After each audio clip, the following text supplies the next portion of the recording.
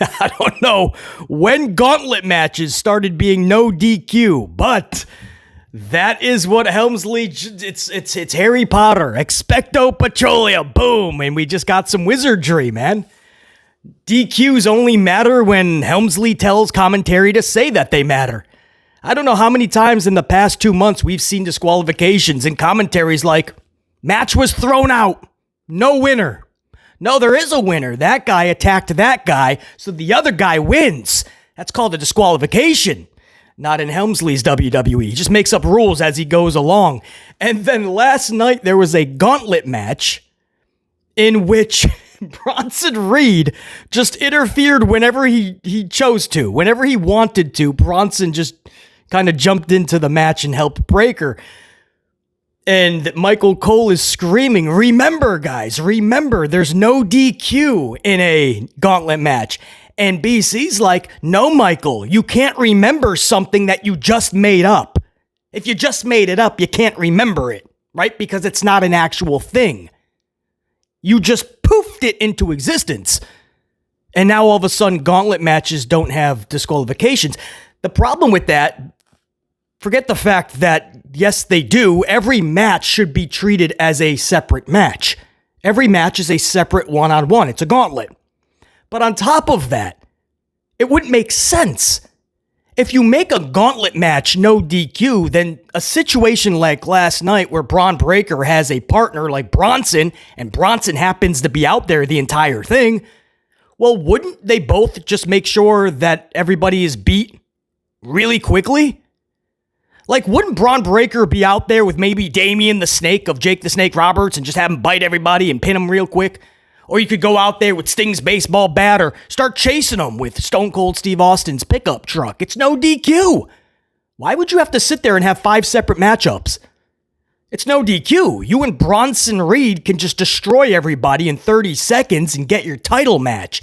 That's why a gauntlet match cannot be no DQ. It has to be disqualified. You have to have a DQ. That's the only way that a gauntlet match can go off fair and square.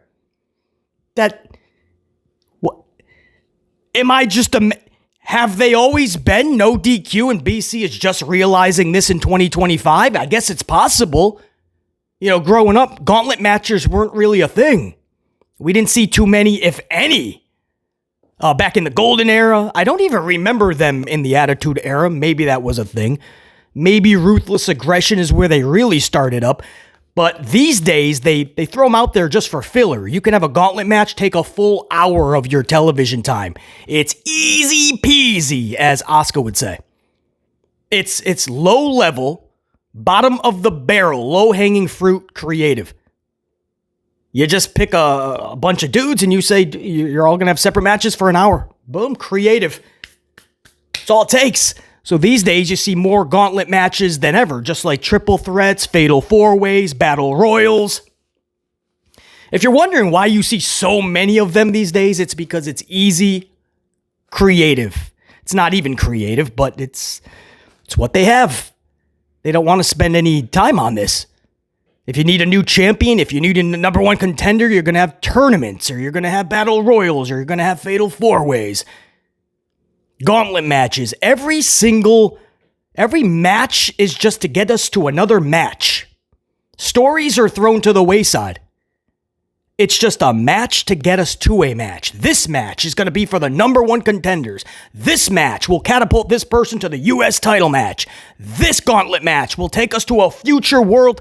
You get to a point where you start losing track of who has future title matches. People are winning briefcases, contracts, gauntlet matches, battle royals, fatal four-ways. I don't know who's going for what title anymore, because they're just winning a bunch of matches and getting future title match. Future.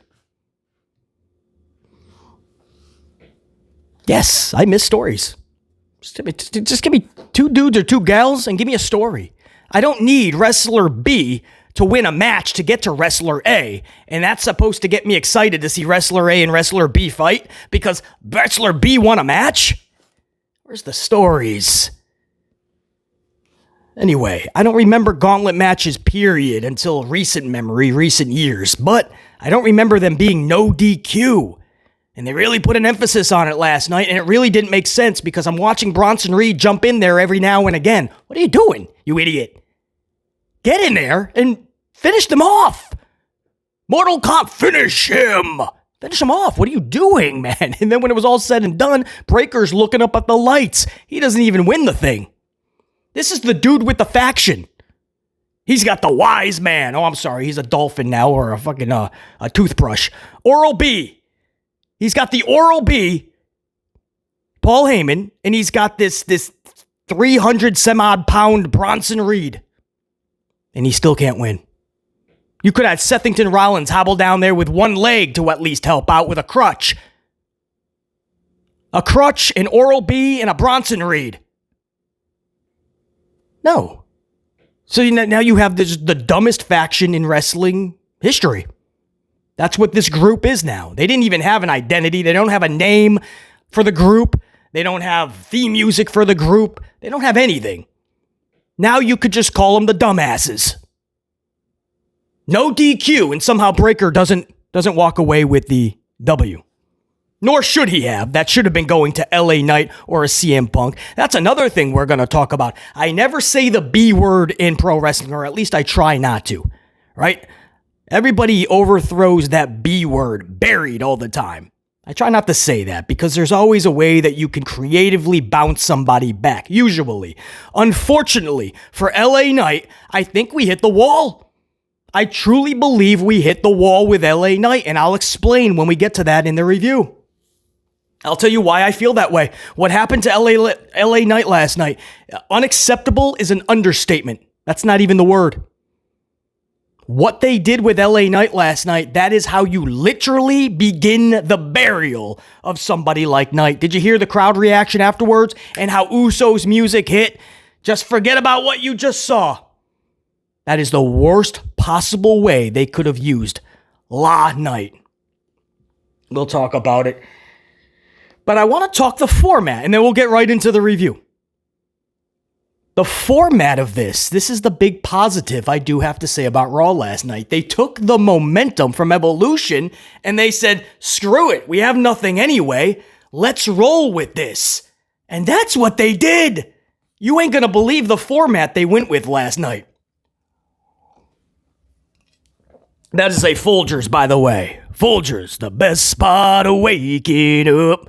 It's Folgers in your cup. Folgers, it's in your motherfucking cup.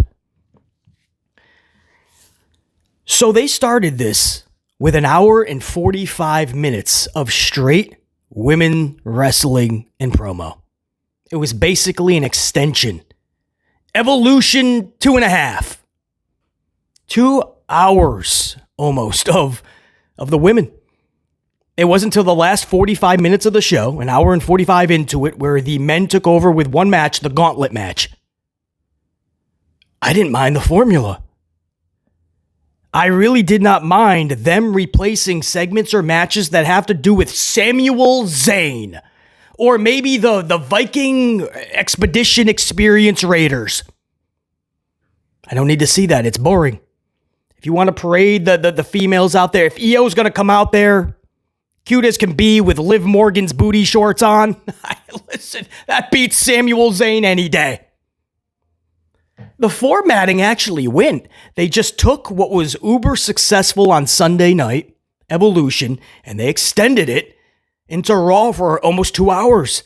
And then at the very end, they just said, here you go. You're going to have a bunch of matches in one. It's the Gauntlet. That's going to be all the dudes. It worked. Hour and 45 of the ladies, last 45 for the dudes. Good night, everybody. Do I wish things made more sense? Do I wish there was more investment, more care, more thought into everything? Absolutely. But sometimes beggars can't be choosers, and that's... The formula just worked. Everybody was still riding the high for the ladies. Keep it rocking, I say. Now, I wish creative just backed the theory, backed the idea of such, because it did not. You had weird shit like Lyra and Becky Lynch. When it was all said again, remember what I said? You just have a match to get to another match, right? To get to a title, you win this match. And if you're able to do that, then you get to that match. So everything's either a tournament or a mini tournament or some type of little little obstacle you have to get. That's the story for everybody. The obstacle, the story is just beat this individual. So Lyra had to beat Bayley last night. But even if Bayley beat Lyra, you would get Bayley versus Becky. My question is, who needs to see Bayley and Becky for the 85th time or Lyra and Becky for the 14th time? Slight exaggeration, but only slight. Nobody. That's not fun. It certainly isn't SummerSlam worthy. You guys know that, man. I'm very high on Lyra. And I see the potential and the skill and the talent, and she's cute as can be. That always helps. Tough, strong, she's got it all. And she's getting better and better, and she's turning more naysayers to at least stop and give a second look. Good for Lyra. We all love Bayley. Unfortunately, the injury stacked up and she lost a couple 2-3 steps. That's unfortunate. Bayley cannot have matches like she used to, unless she's working with the right individual and they use more in-ring psychology. Sell a little bit more. Pace yourselves. Play to the audience. Those are tricks that you can do if your wheels are falling off. And for Bayley, that's just the case. But with the respect that we have for Lyra and Bayley, still, the goal here is to get to Becky? That's your SummerSlam title match? Bayley and Becky? Or Lyra and Becky? We'll talk about it. That's what I mean. You gave them an hour and 45 minutes from the jump. That's really cool. I like the concept. But what they did with that hour and 45 minutes, I just wish was a little bit better. It was great to see Nikki Bella out there collecting dubs, by the way. And again, Iyo doing Iyo things. We'll talk about it. But that's my positive from last night. I actually liked the format. It was simplistic. Helmsley didn't have to put too much thought into it, but it worked. Just let the ladies rock another hour and a half, hour 45 minutes, and then just put out a extended gauntlet for the dudes. I didn't mind it, man. It was a watchable show last night, believe it or not. Again, with dumbfounding decisions being made that make us question everything. Watchable nonetheless. And when it was all said and done, the right decision for the gauntlet, again, I wouldn't have even had LA Knight in that sumbitch with Punk, one or the other. But Punk is going to SummerSlam to finally get his Punk Gunther, a heel versus a face. That's all I ask for, man. Let people have the chance to get invested. And this is Punk's time, damn it. Hoist up that championship. Could you imagine if he leaves New York, New Jersey without that championship at SummerSlam at MetLife? Could you imagine if Gunther's standing tall with that title? And by the way, a major return last night, wasn't there, at the tail end? A certain tribal chief returned last night. Yeah, you know, it was Roman Reigns, man, shocking a lot of people. There were some reports, but they were conflicting. So it was actually a surprise for about 95% of the wrestling world. We'll talk all about it. It's Raw. It's 7/14/25. We're going to start off with those Liv Morgan booty shorts, but it wasn't on Liv Morgan. The Amplified Review, 44 die. We rolling. Let's do this.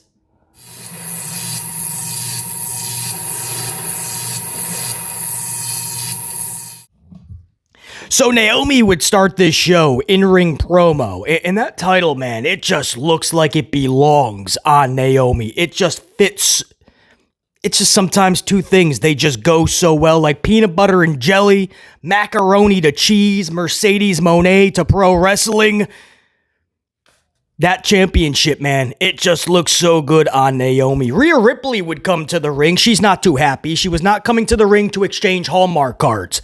Pissed off that she felt she was robbed at Evolution. BC says it's the heist of the century is what I call it. Naomi cashing in at Evolution. I thought it was so well done. Naomi takes that championship. Rhea Ripley is not happy, so she wants a rematch. Iyo Sky would then come out, sporting Liv Morgan's booty shorts. Yeah. Now, unit, I don't know who wears them better. That's your prerogative. That's for you to decide. Liv Morgan takes the cake, so to speak. But Iyo came out, and to quote a legend in this business, a mastermind, yowie wowie, Iyo Sky. Damn, we knew she had great assets. But when they're on certain displays, you kind of have to give more, you got to kind of throw more flowers. Anyway, Iyo finally comes to the ring. And I'm sorry, get back to the review, BC. She comes to the ring. They all start kind of yelling at one another. Iyo tells Rhea, can you step aside? With all respect, step aside. This is actually some of Io's best English, I felt. She didn't say too much, but it was in very understandable English.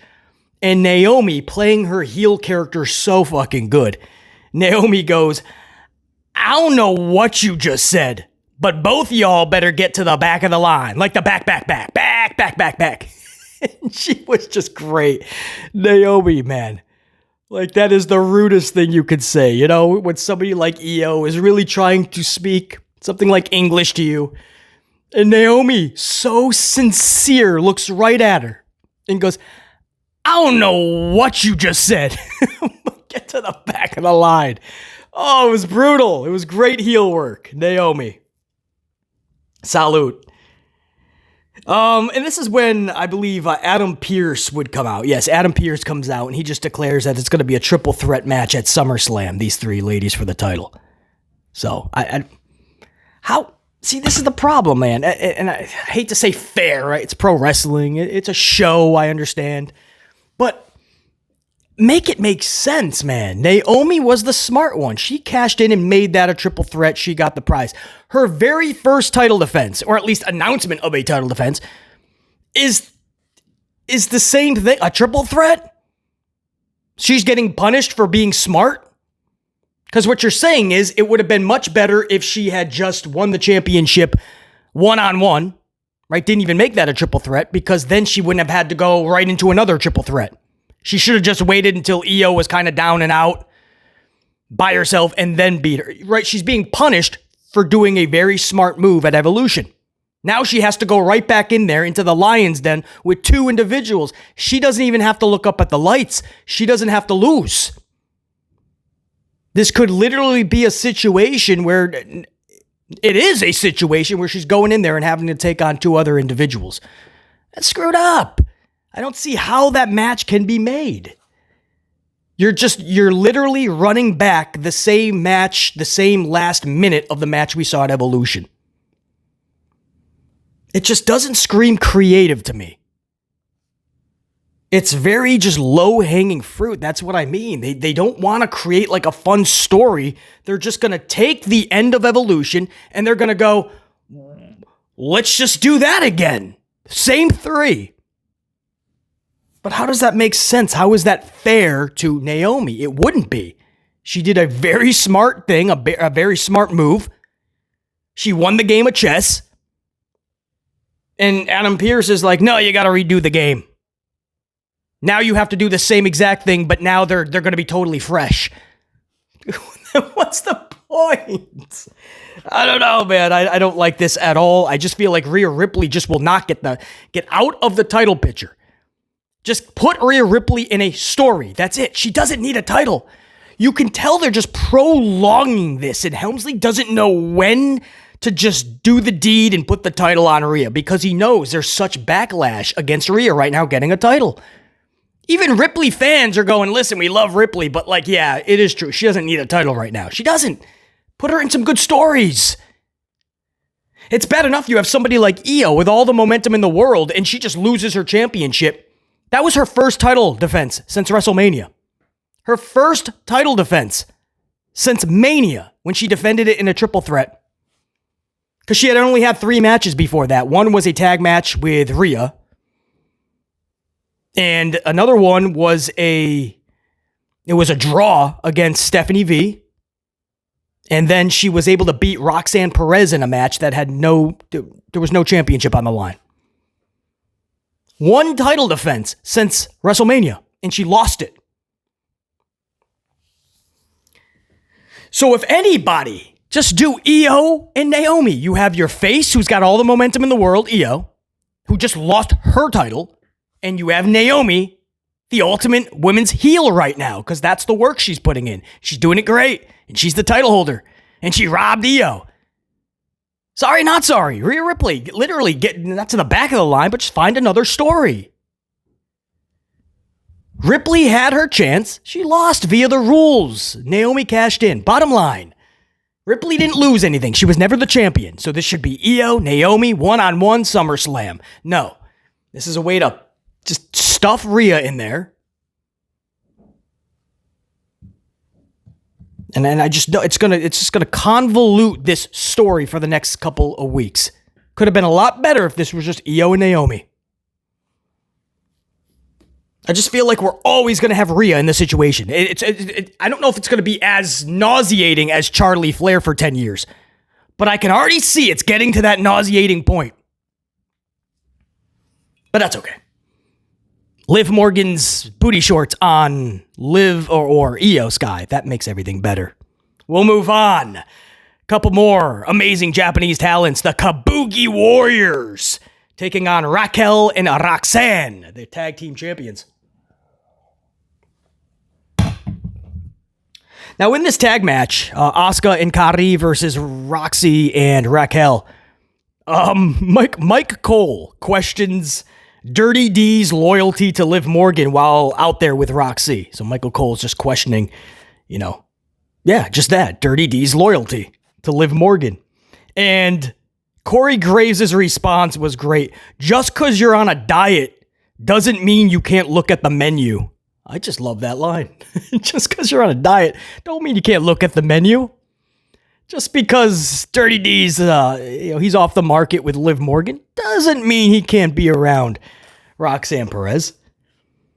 Speaking of, Little Roxy pins Asuka via that pesky little fruit roll-up. But I will say Raquel did give a huge assist, or should I say a leg up on the competition. If you saw, you know what I'm talking about. She kind of put her leg up and just kind of like put her foot against either Asuka to make sure she stays down, or maybe the foot was giving leverage to Roxy. Either way, Raquel was kind of like helping out there. So it's a roll up. I can't stand them, but it was a tag team roll up. So I'll let it slide. I still don't want to see Asuka losing. I mean, Asuka just got back. Asuka just got back a couple weeks ago, no? Roughly. And she's already just collecting L's. And I don't care if it's straight up or she's the one looking up at the lights, where in this case she was via a roll-up. But even in the matchup at Evolution, where there's several teams, but her team did not win, you got to start thinking, like, Asuka was gone for so long. And the best creative you have for her when she comes back is to throw her back with Kairi to form the Warriors in a non-existent division just to collect L after L after L. Because that's what you're telling me. That's what you're showing us. That can't be the best. While she was gone, you should have been drawing up this master plan for her return. Drew McIntyre, he's had 4 hiatuses in the last year. Every time he comes back, they throw him in something stupid. He comes back last week, they throw him in a Saturday night's main event loss against Randy Orton. Then in 2 weeks, he's going to have another L with Logan by his side against a roll of jelly and Randy Orton. That's the best you got for Mac? After all Mac has done for you? Let's move on. Go into hour number 2. Well, let me clarify that first. Bayley and Lyra, 2 out of 3 fall matchup. Best of 3. And it ended hour 1, leaked into hour number 2. So they gave them a plenty amount of time in this matchup. They would tie up their first 2 falls, thus going to sudden death. The finish was actually good. Bayley emptying her entire arsenal, but to no avail. Lyra hits the Nightwing for the pinfall, and Bayley's looking up at the lights. Becky Lynch would be out post-match for a face-off with Lyra. That is your SummerSlam title match, right? So that's my question. Are we... Or should I say, why are we running this back when we already ran it back a couple of times? SummerSlam is your second biggest event of the year. I know people may think it's Royal Rumble, or maybe you love War Games, Survivor Series, Money in the Bank's become a big thing. I understand. But traditionally, SummerSlam is your second big WrestleMania of the year. And the best you have is Becky Lynch and Lyra again. This year we saw it several times. Why would anybody need to see it again? The problem with this is we've exhausted all of their promos. I know you guys probably subconsciously forget about this. Probably you want to, and your subconscious kicks in and allows you to do such. But no, you can't forget about it, because the second they start talking again in their face-to-face promos, you're going to remember, oh yeah, we already heard all of this.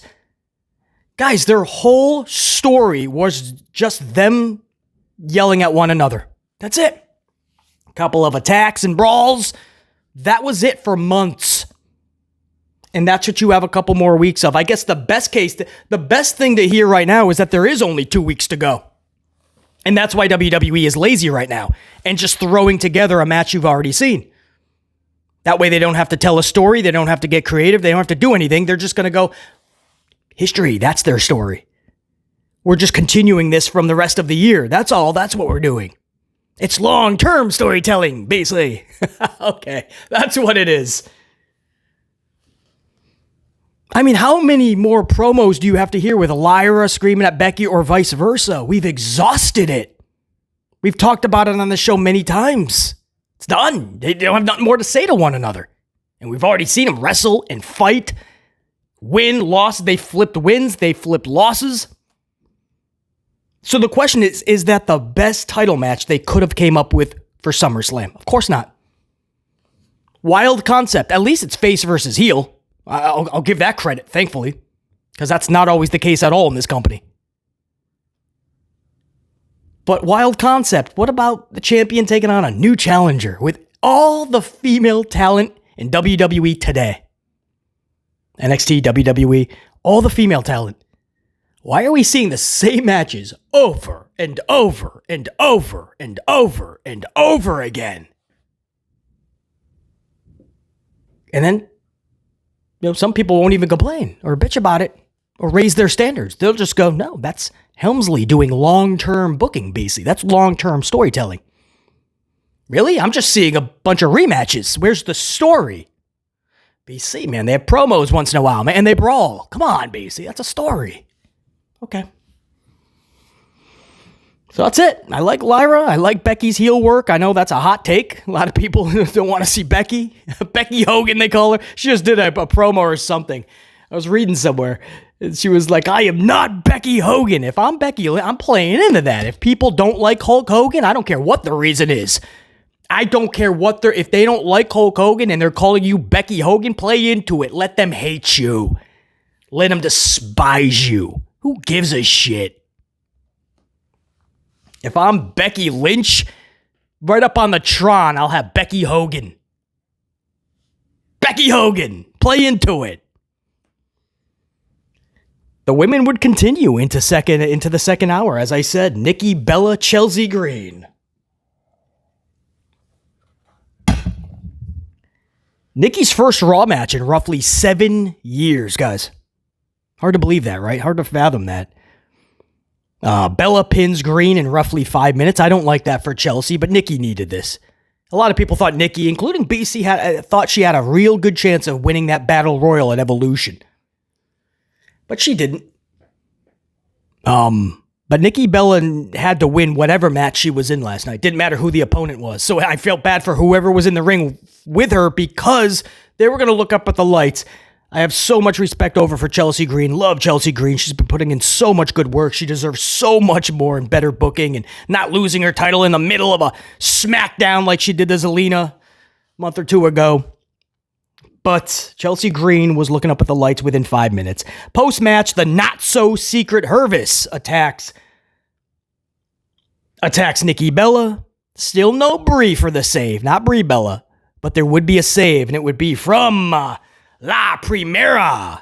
Steffi V comes flying out and helps out Nikki. There's a genuine respect that they have. I know that La Primera did the Nikki Bella podcast before Nikki even came back. They kind of hit it off. So I don't mind this, man. I think there's a situation here where you're probably going to see Brie Bella in that instance. So you'll have Chelsea Green, Alba Fire, Piper Niven, those three ladies at SummerSlam taking on, or not at SummerSlam. Was it Clash in Paris? Or maybe at SummerSlam. There's two within 3 weeks. There's SummerSlam and Clash in Paris. I forgot when Stephanie gets her title match because Stephanie won the Battle Royal. That might be Clash in Paris. Either way, it could be on a Raw for all I know, but you're gonna see Chelsea, Alba, and Piper versus Nikki Bella, Brie Bella, and Steph. I already see where this is headed. And I'm okay with that, to be honest. It will be really cool to see Brie Bella come back. I do believe that was the original plan when they started the Nikki Bella Liv Morgan thing several weeks ago, right before Morgan got injured, which was that same Raw, I believe. Liv Morgan started that Raw, right? Oh no, maybe that was a different, I don't know. Liv Morgan was getting so much around that. Of all the times, there's never a good time to get injured. But Liv Morgan was about to be a centerpiece to a lot of really cool shit going forward. And boom, she was injured. But I think they were setting up Liv and Raquel in those tag titles. That's why Nikki was in there and Brie would jump into the fold. Anyway, we're going all over the place. Nikki Bella beats Chelsea Green. That's all you need to really know. Now, a couple of backstage segments would follow. And I just want to mention these because I feel maybe this is why I like the format. The flow of the show was actually made it watchable. The backstage segments for the dudes, Karrion Kross, Scarlett Bordeaux had a really good backstage.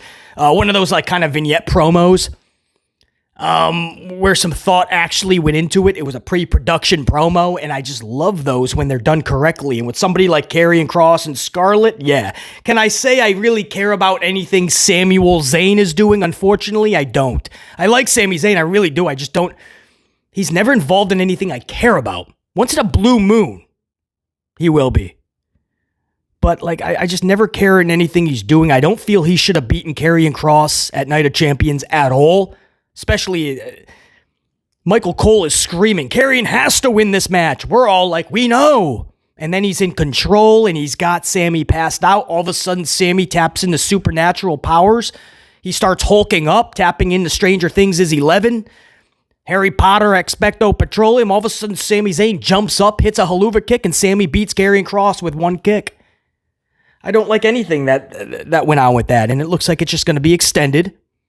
So Karrion's cutting this promo on Sami Zayn, but it was really well done, so it was worth the mention, and it's not a shock, right? It seems to be that even if you give 1 minute, 30 seconds, a blink of an eye to Karrion Kross and Scarlett Bordeaux, they're going to make you look twice and talk about it 3 times, because it's going to be something worth mentioning.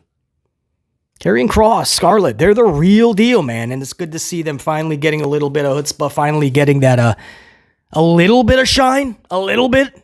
It's a start. They just re-signed. They were about to be released, or should I say not re-signed. Contract was going to run out. But this organic movement started behind them, and they were like, we ain't doing another R-Truth. We're going to re-sign these two.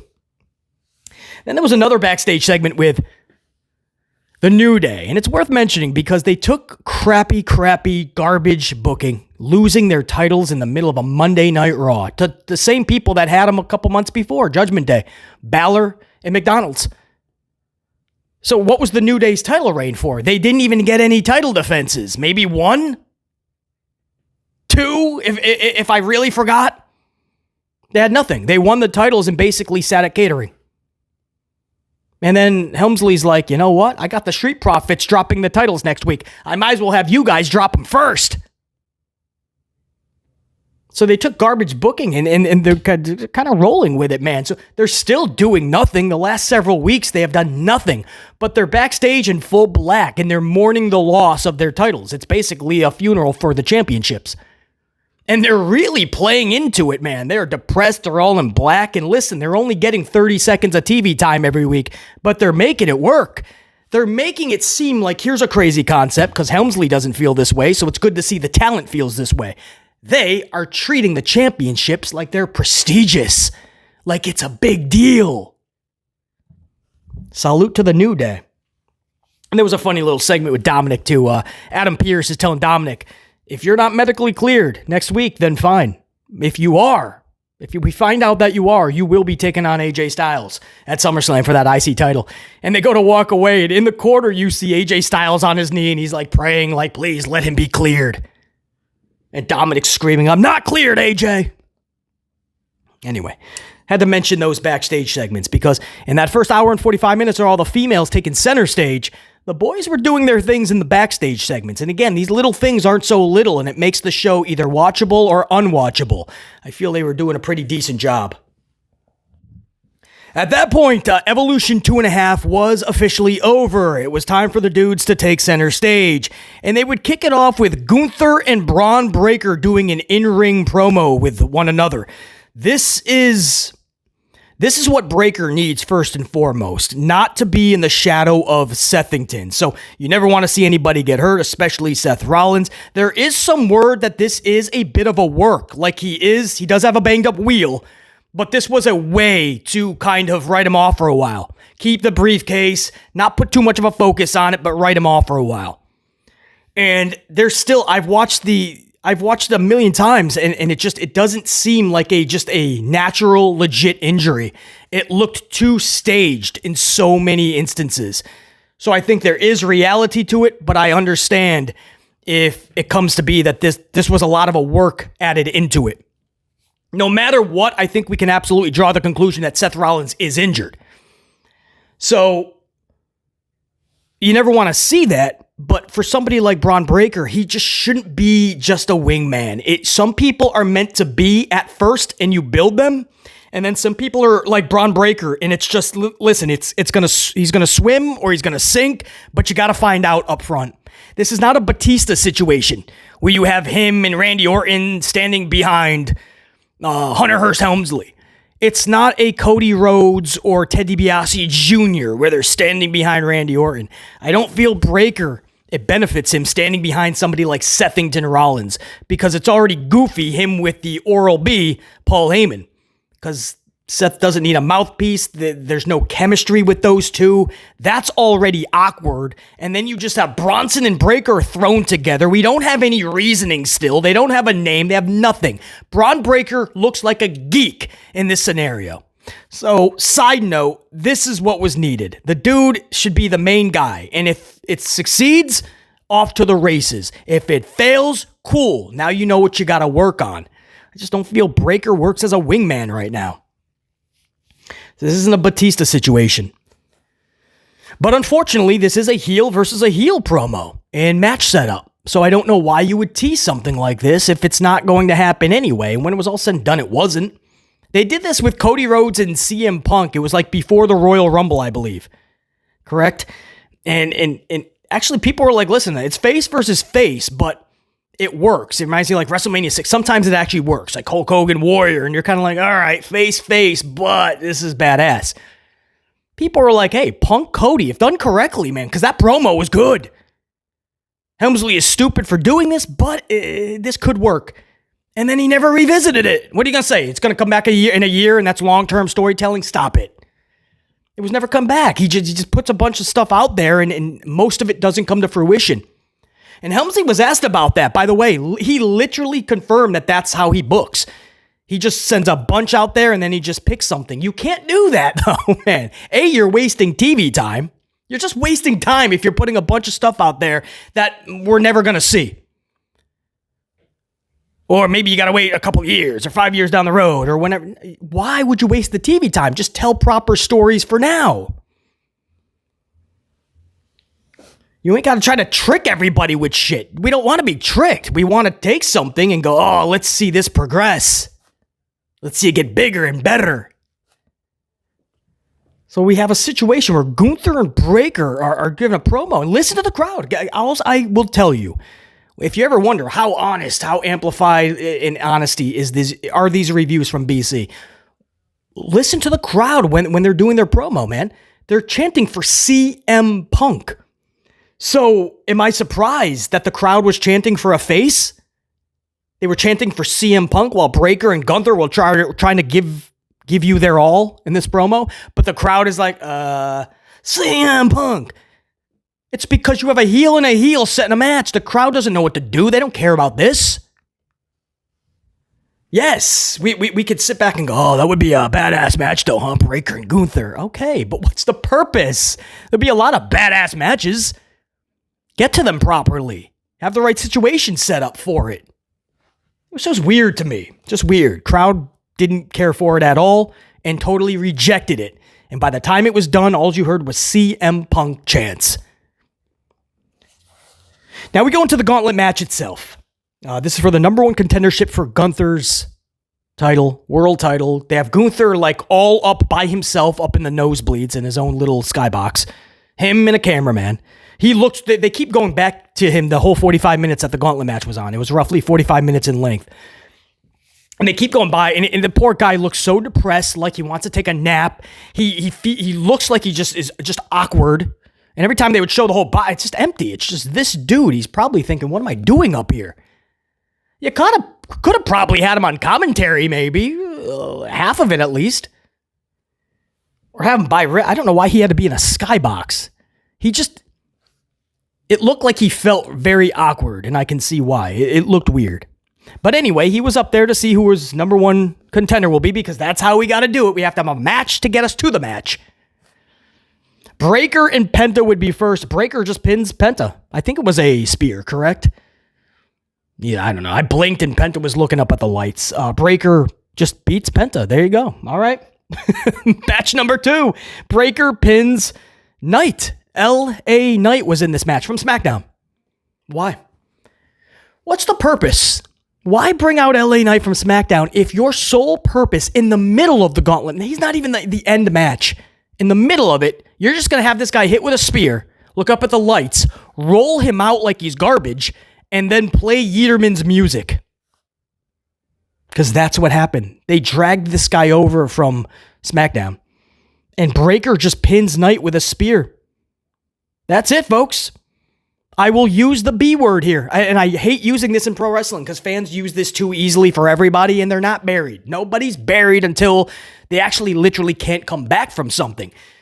LA Knight, I have to say this now for the first time, but it's truly how I feel. LA Knight is buried. Because I can honestly say, I don't see how you come back from something like this. Because there's just no recovery from it. The crowd went silent when he lost. There wasn't even like, it was almost just like deflation. Like, how many times can we play this game? We've been playing this for years, and Helmsley just refuses to give this guy the rocket. He has proven that he's not a flash in the pan. You have sat him at catering. You have taken him off big events. You have made him lose in the dumbest of ways at the dumbest of times, like Money in the Bank year after year. Let's throw it on Damian Priest when Damian's not ready. Let's throw it on Seth again. Even though Seth, it was clear he was already breaking down. Nobody cared about Seth. When the sing-along stops, nobody cares. He forms the stupid goof troop. Nobody cares. But let's throw it on him again. Not a guy like LA Knight who you could actually do so much with. So then you're forced in stupid situations like Seth Rollins coming out at the pay-per-view recently. Was it Night of Champions or the one before that? Was it Money in the Bank? One of the two. Rollins comes out in his goof troop and they're beating up John Cena, but John Cena's the heel. So why is the guy with the Money in the Bank briefcase, who's also a heel, Seth Rollins, beating up John Cena? If you were smart and you gave it to LA Knight, that makes sense. Face, heel, problem. LA Knight. That's what I mean about internal sabotage. This is purposeful. There's so many things that make sense if you just give LA Knight the situation. Give LA Knight the W. Give LA Knight the spot. But Helmsley will go out of his way to make sure that doesn't happen. And we've played this game for years now, not months, and the fans still cheer for LA Knight. But last night was like that deflating moment, and I felt it with everybody in the crowd when he lost, and the crowd just went silent. It was just like, it wasn't even like a boo anymore. Oh, that sucks, LA Knight, we got you. It was kind of like, fuck, that was like simplistic. And I don't know if LA Knight was hurt in this match either. There was a moment in this matchup where LA Knight was talking a lot to the referee and to Breaker, and they were just talking a lot. It looked like LA Knight was injured, and then he just started wrestling like nothing. But no, that was not, even if with injured or not, it wouldn't have mattered. That was what was supposed to happen, because look at the finish, and Punk, and Roman, we'll talk all about it, and Yeaterman, and Bronson get involved. So no, LA Knight was going to lose that up front. The crowd was just silent, not even just shocked anymore. It was deflating. It was that level of depressing. And it was palpable. I mean, you could feel that. So the crowd goes silent, and then literally, just like snap of a finger, they just moved on like nothing, and Jason Yeaterman's music starts playing. And the crowd just like is like, all right, let's move on. Yeet, yeet. They wanted you to forget about yeah in LA Knight by drowning you out with yeets. They want you to believe that Jason Yeaterman is the more singles over wrestler than LA Knight. He's not. It's the dance and the yeeting. Yes. When that ends, that's it. The live crowd will yeet. I say this all the time. They spent a lot of money, or they dragged their parents out that spent a lot of money, and the parents and the kids are going to yeet all over the place. Great for them. The live crowd on TV anyway, ratings-wise, Nielsen, numbers, those are going backwards because the people at home are going, this is not fun to us. We don't want to see Jason Yeaterman. LA Knight is who we'd like to see. So with no machine backing him, LA Knight still gets a response like that to this day. With the full machine behind Jey Uso, he's just a yeet. He's a catchphrase. And he still can't crack the number one merchandise spot. He did it 3 times for like a day or two apiece. That was it. Other than that, he's back down 12% in merchandise. So don't tell me he's more over than LA Knight.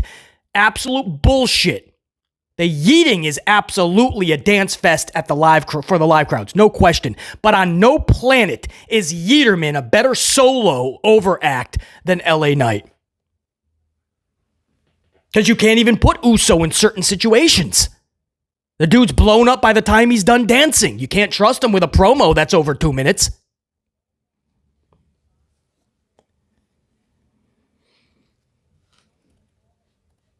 And they try to make you forget just by playing Yeaterman's music.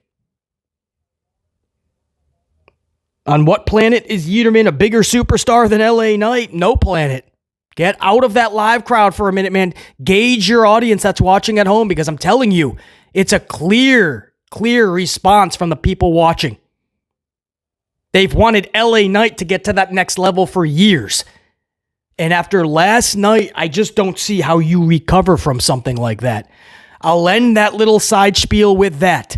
But I just don't see how you recover, man. The crowd finally had enough and just went silent. It's like there's nothing. Maybe he wins some weird battle royal in the future. Maybe he gets another mid-card title. Yes, maybe. Most likely. But I mean, I honestly believe Helmsley has just literally given up on the idea that LA Knight can be one of his top stars. And that's bullshit. Like I said, to this day, he got a damn good response. Could you imagine if they gave him even a piece of the rocket? Just a piece of what they gave Damian Priest and Jason Yeaterman, Sam Zayn, and any other mid-carder that they plucked and tried to make a superstar when we already told them, there's your superstar, LA Knight. Helmsley didn't want to listen. That was such a weird loss. To have him in this match, period, is stupid. Drag him from SmackDown just to lose to this fucking Raw guy with a spear in the middle of the Gauntlet match. Jason Yeaterman comes out. Breaker pins Uso via spear, assist to Bronson Reed, because this is supposedly a no DQ matchup, we're being told. Why was Bronson Reed not fucking everybody up with Breaker from the jump? Why aren't they out there with a couple bats, some chainsaws, who knows, some brass knuckles? Why is Bronson and Breaker not beating everybody in 4 minutes? Hit the showers, get your championship opportunity. It's no DQ. Why is Bronson every now and again just throwing a punch in? Anyway, Uso can yeet his ass back to the showers. Not the last time you'd see him, though. He'd be back out in 5-10 minutes later. By the way, this was the ultimate FU to Goldberg, right? Goldberg complaining about Helmsley's WWE and everybody's doing a spear nowadays. Nobody should be doing it but him, and when he's gone, it should only be Braun Breaker. You have Jey Uso in there. He's delivering spears. The ladies were delivering nonstop spears, too, in their matchups earlier. It was just so many spears last night. It was actually really funny. And we'll get to Roman coming back, but you had Breaker, you had Jason Uso, you had Roman. Everybody is just hitting nonstop spears, and I just couldn't help but think, this is right after Goldberg's retirement match, and WWE not giving him enough time to finish his retirement speech. So it ended up only being for the live crowd when the camera stopped rolling. So it was almost like the first FU was cutting your Hall of Fame speech. The second FU is, dude, we're going to parade a bunch of spears as a grand finale at the end of Raw. Anyway, the final match of this gauntlet, CM Punk versus Braun Breaker. Bronson interferes again. No DQ, we're being told. Michael Cole is screaming, remember, folks, there's no DQ in a gauntlet match. And again, how can you remember something that you just made up? Think about it, Mike Cole. It was just made up. You can't have a no DQ in a gauntlet match because it wouldn't be a gauntlet match. You could just literally do anything, and every time somebody comes out, you hit him with a bat real quick. It doesn't take that much. Not much thought goes into it. CM Punk and Breaker. Bronson interferes. No DQ. Okay. Helmsley just making up rules. That's when he just makes shit up on Gorilla. You know what? Bronson, get in there. Sir, I'll have to DQ him. Are you sure you want to do it? No. Just, Mike, Cole, tell him it's no DQ. Are you sure? It has to be a DQ, though. Otherwise, Bronson would be in there the whole match. No, just do it. They're too stupid to understand. And if they want to critique it, they're not even real fans. Anyway. Uso for the... Oh, no. So, what was it? So, Bronson gets in there. Then Uso comes back out. That's what I mean. He just went back to Gorilla, grabbed some water.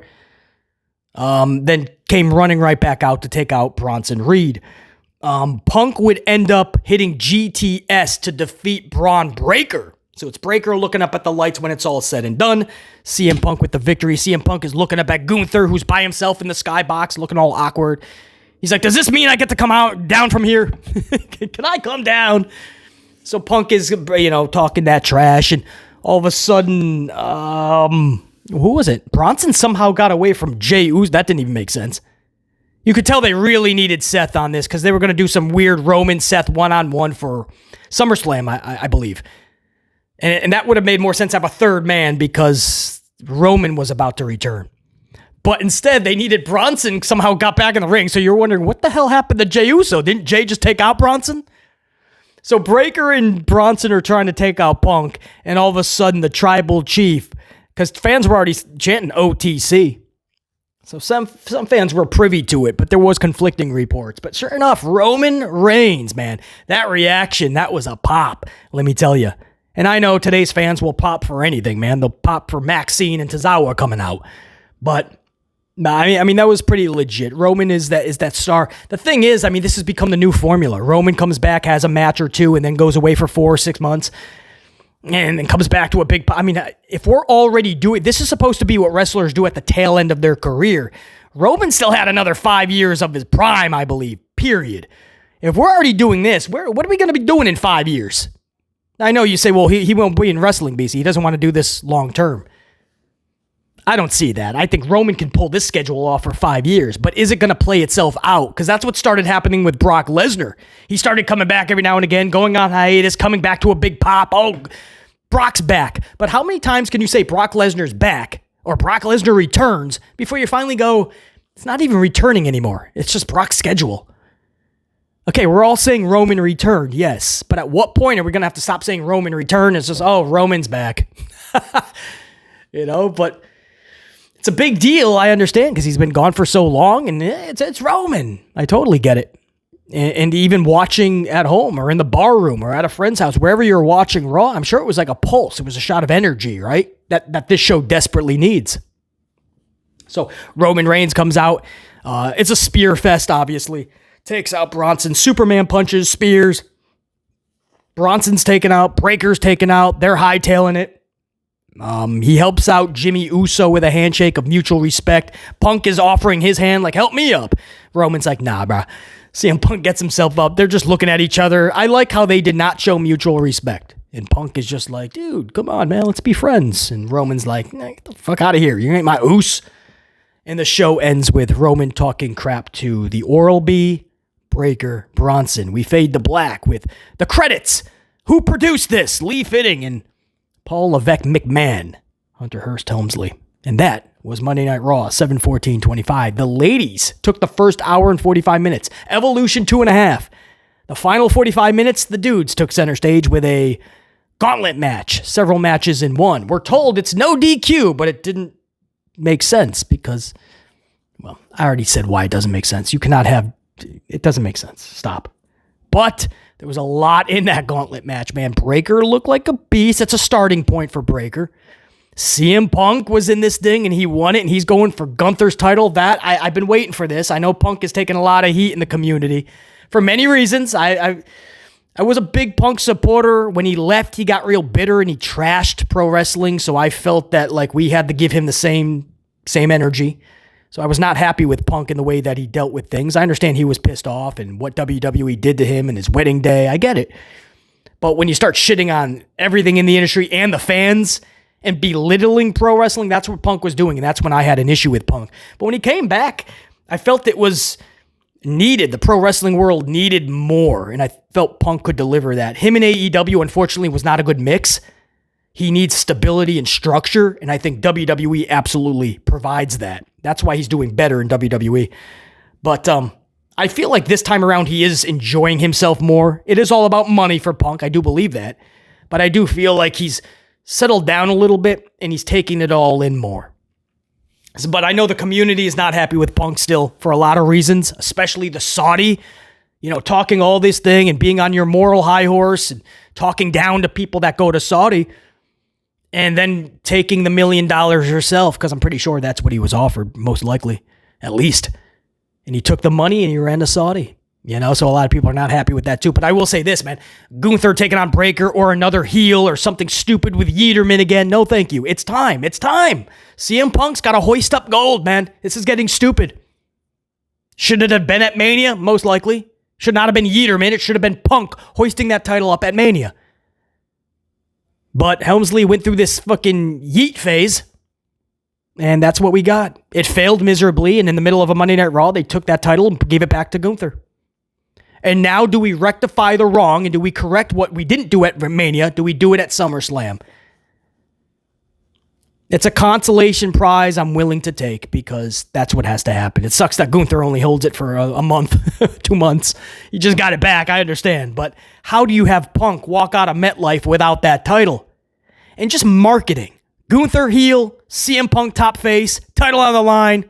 Thank you. Let's start with that.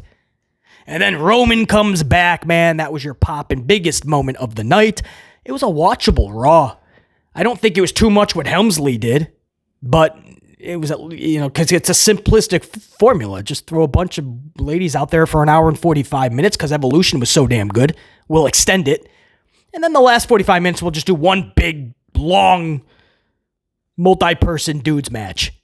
But it flowed. Yet the big surprise with Roman, the big W for CM Punk. All right. Watchable. Not saying it was a great show by a landslide. Absolutely not. But watchable, man. I was able to watch this show, from Iyo Sky's Liv Morgan booty shorts all the way to Roman's return. Some good backstage segments. I feel like the talent is really taking what they're getting, even if it's just bad creative up front, just garbage, and they're really trying to make it work. Whether AJ Styles is on his knees and he's praying for a match with Dom looking like an idiot, or New Day is mourning the loss of their titles. Whatever's the situation, everybody's trying to make it work. That's what I got for you guys, man. That was your Monday Night Raw, 7/14/25. I feel like at least WWE is starting with Evolution and then a watchable Raw. Listen, those are two good back-to-back things. Maybe finally, WWE Summer is starting to heat up. Until next time, and there will be that next time. 44 Dive, that's a wrap. BC in the unit. We're saying check you. Salud.